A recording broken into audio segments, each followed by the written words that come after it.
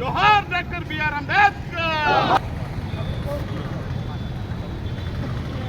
ఈనాడు మనకు ఈరోజు ఎస్సీ వర్గీకరణ అయిందంటే మన పిల్లల తరాలకు 100 ఏళ్ల భవిష్యత్తు ఇచ్చిన మానసి మందాకృష్ణ గారికి ప్రత్యేకంగా మా ఎంఆర్పిఎస్ కోడుమూరు ఎంఆర్పిఎస్ తరఫున మానసి మందాకృష్ణ గారికి ప్రత్యేకంగా ధన్యవాదాలు తెలియజేసుకుంటున్నాము.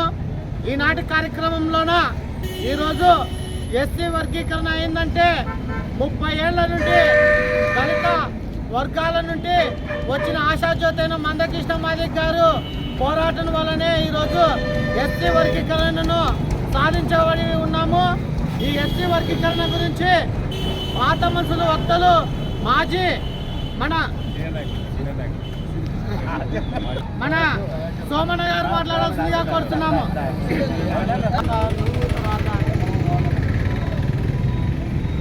అంబేద్కర్ ఆశయ సాధనలో భాగంగా మన మాన్యశ్రీ శ్రీ మందాకృష్ణ మాదిక్ గారి పోరాటం 30 ఏళ్ల పోరాట ఫలితం ఈరోజు మనకు ఏబీ వర్గీకరణ ఎస్సీ వర్గీకరణ ఆర్డినెన్స్ ప్రభుత్వం జారీ చేసిందంటే ఇది ఖచ్చితంగా మన మాదిగ పులి బిడ్డ మన జాతి బిడ్డ మందాకృష్ణ మాదిగ గారి ఎంతో కృషి ఎంతో పోరాటము వల్లనే ఈరోజు మనకు ఎస్సీ వర్గీకరణ వచ్చిందని ఈ సందర్భంగా తెలియజేస్తున్నా.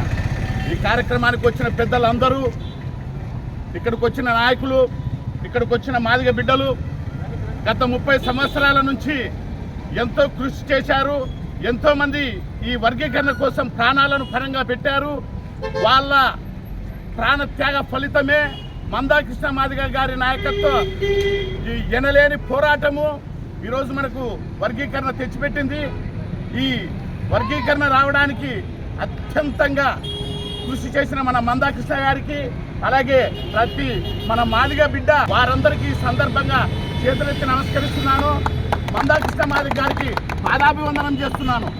ఎందుకంటే ఆయన ఈ 30 ఏళ్లలో ఆరోగ్యం సరిగా లేకపోయినా, ఆయనకు ఎన్నో ఆరోగ్య సమస్యలు వచ్చినా అల్లు పెరగని పోరాటం చేసి ఈరోజు మన మాదిగ బిడ్డలకు ఈ ఎస్సీ వర్గీకరణ సాధించి పెట్టారు.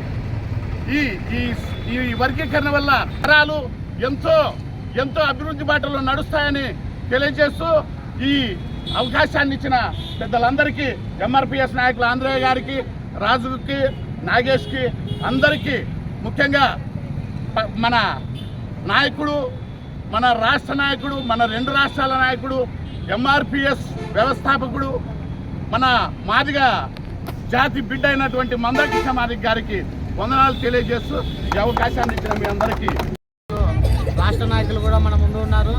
రాష్ట్ర నాయకులు ఆంధ్రయ్య సార్ గారిని వర్గీకరణ గురించి మాట్లాడాల్సిందిగా కోరుతున్నాం. జై మాదిగ, జై మాదిగ.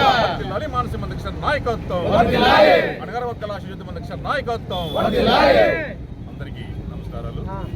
ముఖ్యంగా ఈరోజు వర్గీకరణ విషయంలో మరి క్యాబినెట్లో మొన్న రౌండ్ టేబుల్ సమావేశం ఏర్పాటు చేసుకొని ఆర్డినెన్స్ తయారు చేసి గవర్నర్ ఆమోదం పొందిన తర్వాత ఈరోజు ఫుల్ ఫ్లెడ్జ్గా మనకు ఆర్డినెన్స్ మన కాపీని మనకు అందజేయడం జరిగింది. మరి అందజేయడం భాగంలో మానసి మందకృష్ణ మాదిగ గారు సుదీర్ఘమైన పోరాటం, 30 సంవత్సరాల పోరాటం. మరి దేశంలో ఏ కుల సంఘం లేనటువంటి పెద్ద సంఘం ఏదంటే ఒక మాదిగ సంఘం మాత్రమే. అటువంటి అహర్నిశలు కృషి చేసేటువంటి మానసి మందకృష్ణ గారి నాయకత్వంలో మరి ఎస్సీ వర్గీకరణ అంటే మాల మాదిలతో పాటు యావత్ కులాలకు సమాన న్యాయం జరగాలి. అగ్రవర్ణ అహంకార ధోరణి నుండి వాళ్ళందరినీ ఎదుర్కొని ఈ రోజున కాలర్ ఎత్తుకునే విధంగా రెడ్డి తనకు పేరు ఉన్న రెడ్డిని పెట్టుకుంటున్నాడు, చౌదరి తన పేరు ఉన్న చౌదరి పెట్టుకుంటున్నాడు. నేను ఎందుకు నా మాదికులను నేను మాదిగా ఎందుకు పెట్టుకోకూడదు ఒక ఆలోచనతోటి మొట్టమొదటిసారి మందకృష్ణ మాదిగ్గా పెట్టుకునే గొప్ప వ్యక్తి ఎవరు అంటే మానసి మందకృష్ణ మాదిగ్ గారు. మరి 1994లో ఈదుమూడి గ్రామంలో ఒక చిన్న 22 మంది యువకులతోటి సాటి మొదలైనటువంటి ఈ ఉద్యమం మాదిగ దండోరా మరి అంచెలంచెలు ఎదుగుతూ మరి 1990లోనే ఒకసారి వర్గీకరణ సాధించుకున్నాము. మరి ఆ క్రమంలో మాలలు అనేటువంటి వారు సుప్రీంకోర్టు దాన్ని కొట్టివేయించుకోవడము, అదే క్రమంలోనే మరి 1999 నుంచి 2004 వరకు రెండోసారి వర్గీకరణ జరిగింది. ఆ రెండోసారి వర్గీకరణ సమయంలో మరి స్వతంత్ర భారతదేశంలో ఎప్పుడు రానటువంటి ఉద్యోగాలు ఆ 4 సంవత్సరాల్లోనే దగ్గరదాపు 22,500 మందికి ఉద్యోగాలు వచ్చినాయి. మాది కులాలు ఉంటే రెల్లి కులాలు కూడా ఇప్పుడు జంగాల వాళ్ళు కూడా అటువంటి ఉద్యోగాలు ఇచ్చిన సందర్భాలు ఉన్నాయి.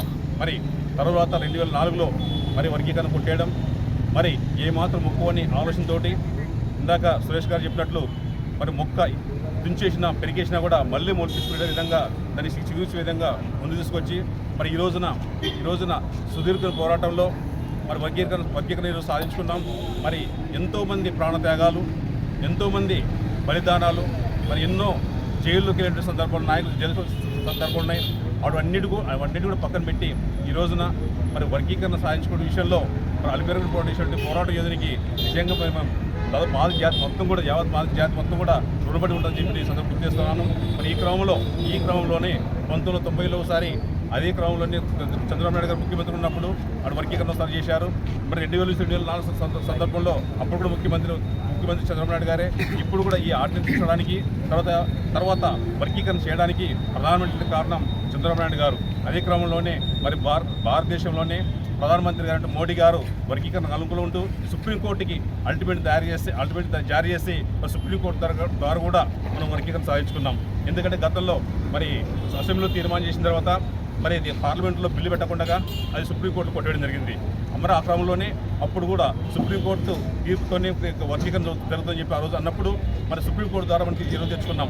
ఇదే మాటలు అంటున్నారు, సుప్రీంకోర్టు కావాల్సినది పార్లమెంట్లో తీర్మానించాలని చెప్పి ఈరోజు మాట్లాడుతున్న మాటలు. కాబట్టి అవన్నీ పక్కన పెట్టేసి ఏదేమైనా ఈ రోజున ఒక కుల సంఘం నాయకుడిగా ఉండి వర్గీకరణ సాధించిన విషయంలో అర్హులు కృషి చేసినటువంటి గొప్ప నాయకుడికి నిజంగా యావత్ భారతదేశంలో మాదిగలందరూ కూడా రుణపడి ఉండాలని చెప్పి సందర్భంగా తెలియజేసుకుంటూ మరి ఈ వర్గీకరణ కోసం మనకు అసెంబ్లీ తీర్మానం చేసి ఆర్డినెన్స్ తయారు చేసేటువంటి నాయకులందరికీ, క్యాబినెట్ మినిస్టర్లకు, ముఖ్యమంత్రి గారికి, ప్రధానమంత్రి మోడీ గారికి, మరి అదేవిధంగా మన జాతి శాసనసభ్యులందరూ కూడా పేరు నా హృదయపు ధన్యవాదాలు తెలుసుకుంటూ నా పేరు ఆంధ్రయ్య, ఎంఎస్పీ రాష్ట్ర నాయకులు.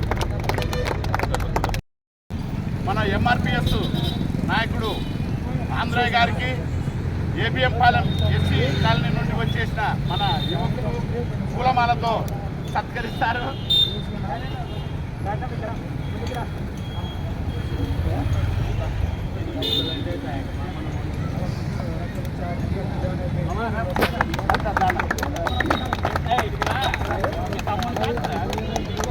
నాయకుడు ఎంఆర్పిఎస్ మండల నాయకుడు నాగేష్ గారికి కూడా పూలమాలతో సత్కరిస్తారు.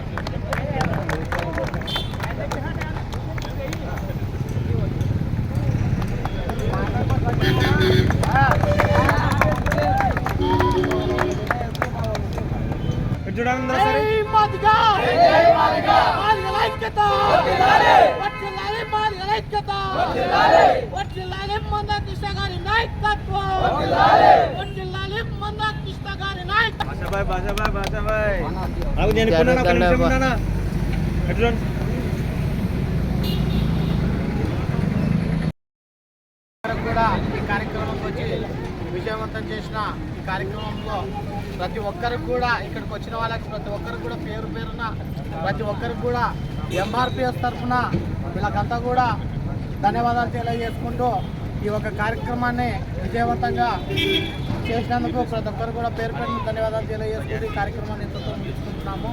జై మాదిగ.